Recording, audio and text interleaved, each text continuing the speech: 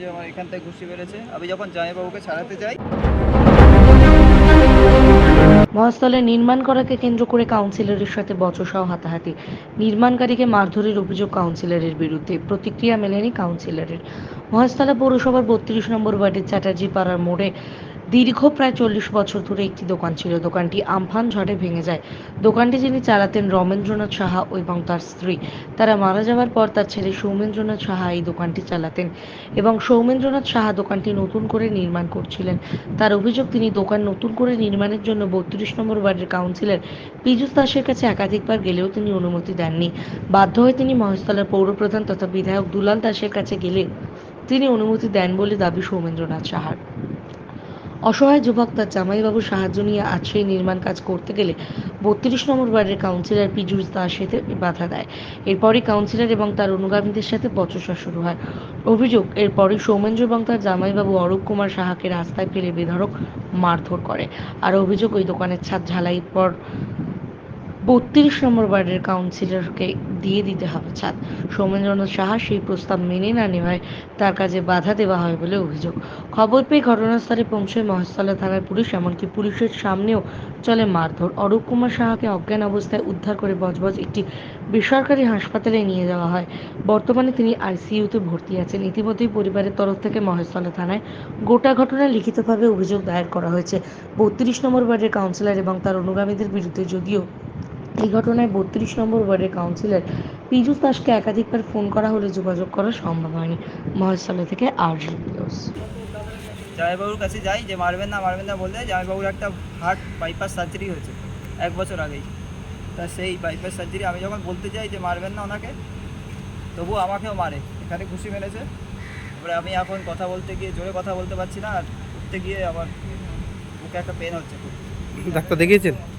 না, ডাক্তার দেখাইনি। আপনার নাম? সৌমেন্দ্রনাথ সাহা। ঘটনা তো হলো, এটা হলো দীর্ঘ প্রায় 1 বছরের ঘটনা, ঠিক আছে? এটা 1 বছর ধরেই চলছে। তা আমার দোকান একটা আছে চ্যাটার্জিপাড়া মোড়ে, 45 বছরের পুরনো দোকান। বাবা মা আমার দুজনেই মারা গেছে, ওনারাই বেঁচে থাকতে দোকানটা চালাতো। কিসের দোকান? দোকানটা একটা চায়ের দোকান ছিল। তার দোকানটা ছিল হলো একটা টিনের দোকান ছিল, চারিদিক দিয়ে 3 শেড, উপরে টালি। তা দোকানটা এই আমফান যখন হয়েছিল, তার আগে আমি চালাতাম। আমফান যখন হয়েছিল তখন দোকানটা আমফানে পুরো একদম নষ্ট হয়ে যায়, এবং সেটাকে তৈরি করার জন্য, নতুন করে কনস্ট্রাকশন করার জন্য আমি ওখানকার যে 32 নম্বরের যে কাউন্সিলর পীযূষ দাস, ওনার কাছে আমি যান। এটা 1 বছর আগে থেকে ওনার কাছে আমি বারবার করে যাই, 5 বার যাই। আমাকে ঘুরিয়ে দেওয়া হয়েছিল, বারবার করে ঘুরিয়ে দেওয়া হয়েছে, লিখিতও নিয়ে গেছে, আমার চিঠিও অ্যাকসেপ্ট করেনি, কিছুই গ্রহণ করেনি। তারপরে যখন এমএলএর কাছে যাই, দৌড়াদৌড়ি করি, তখন এমএলএ আমাকে এই পারমিশনটা দেয়, এবং পীযূষ দাস কিছু আমাকে শর্ত রাখে। বলেছিল যে আমাকে কোনো ছাদ দেওয়া যাবে না, আমাকে উপরে টিন দিতে হবে, এবং আমাকে 1 ফুট করে চারদিকে ছাড়তে হবে।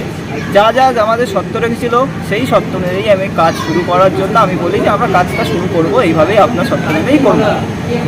তা উনি আজকে যখন কনস্ট্রাকশন করতে যাব, বালি থালি ফেলবো, নিয়ে যাব, যখন ফেলা হবে, তখন আমাদের প্রথমে উনি এসে তো ট্রেড দেন, আমার জামাইবাবুর সঙ্গে ছিলেন, আর তার সাথে আমি ছিলাম, এবং দুজনকে ট্রেড দেওয়া হয় এবং হাতাহাতি হয়।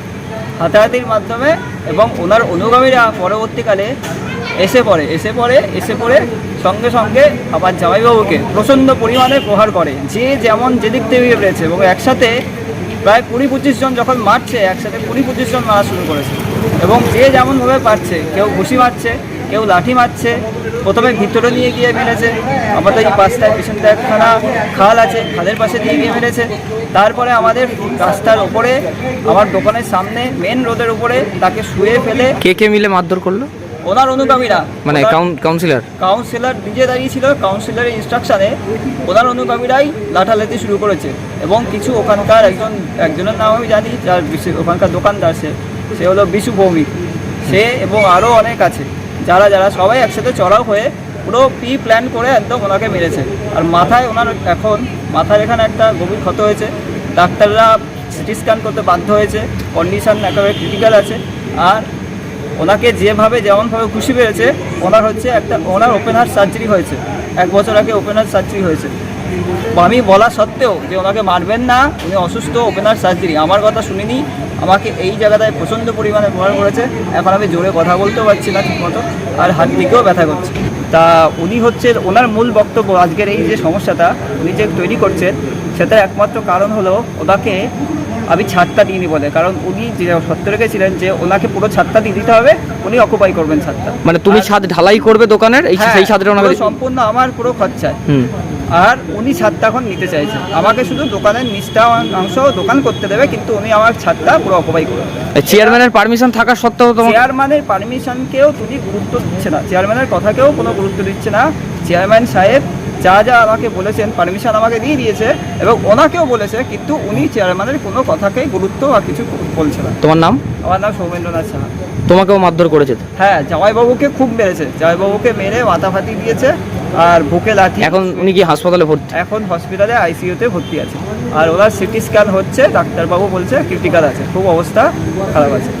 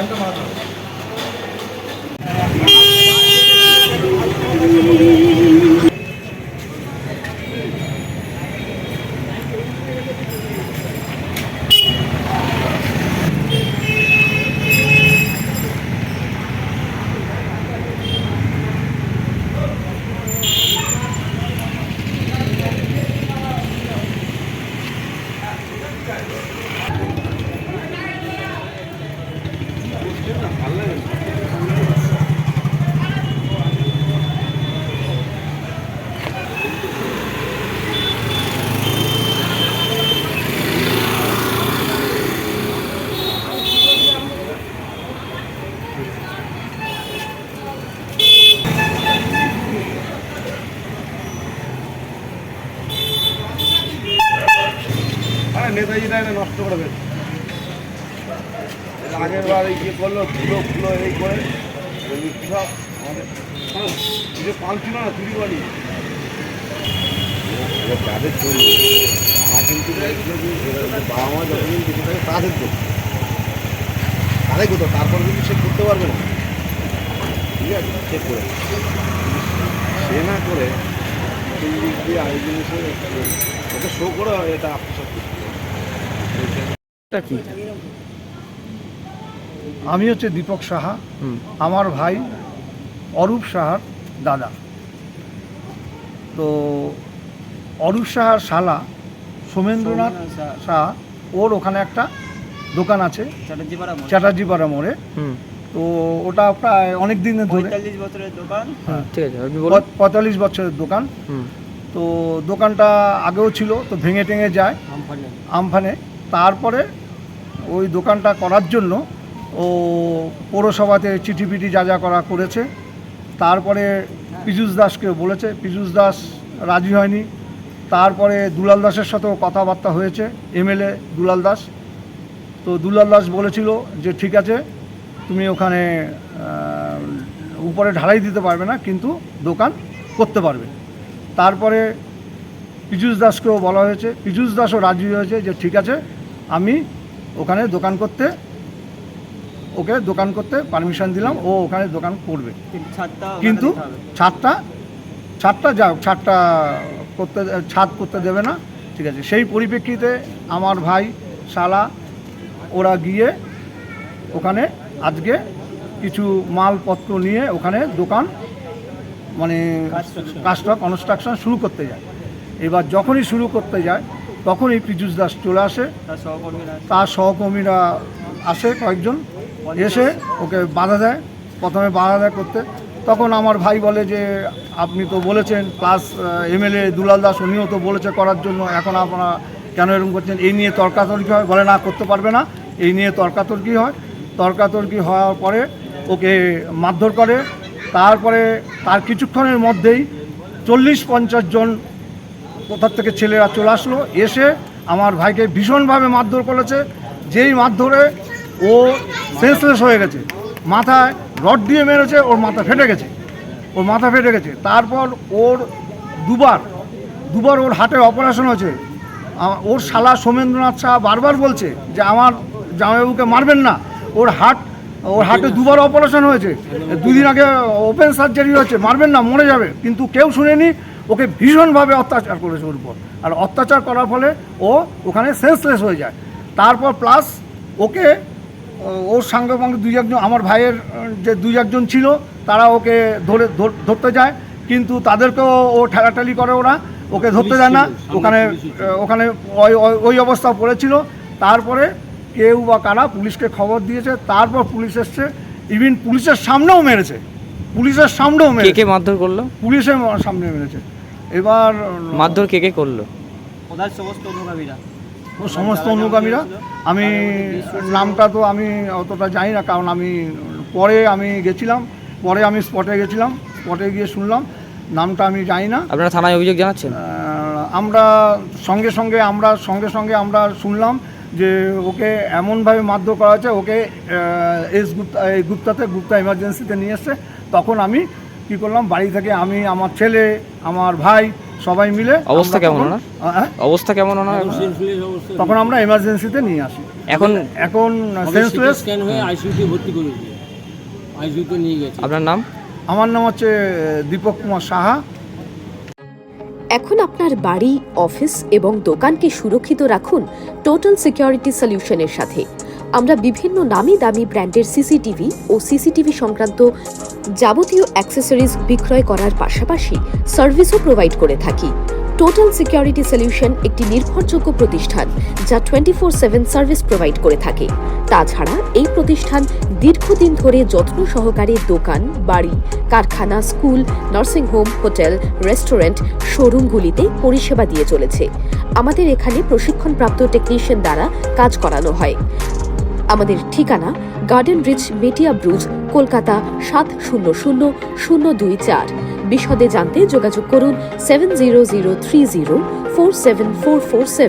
লাইক, শেয়ার, ফলো করুন আমাদের ফেসবুক পেজ RGM নিউজ ও ফলো করুন ইনস্টাগ্রাম, ফলো করুন আমাদের RGM নিউজ। সঙ্গে থাকতে দেখতে থাকুন RGM নিউজ, আপনার এলাকার খবর সবার আগে।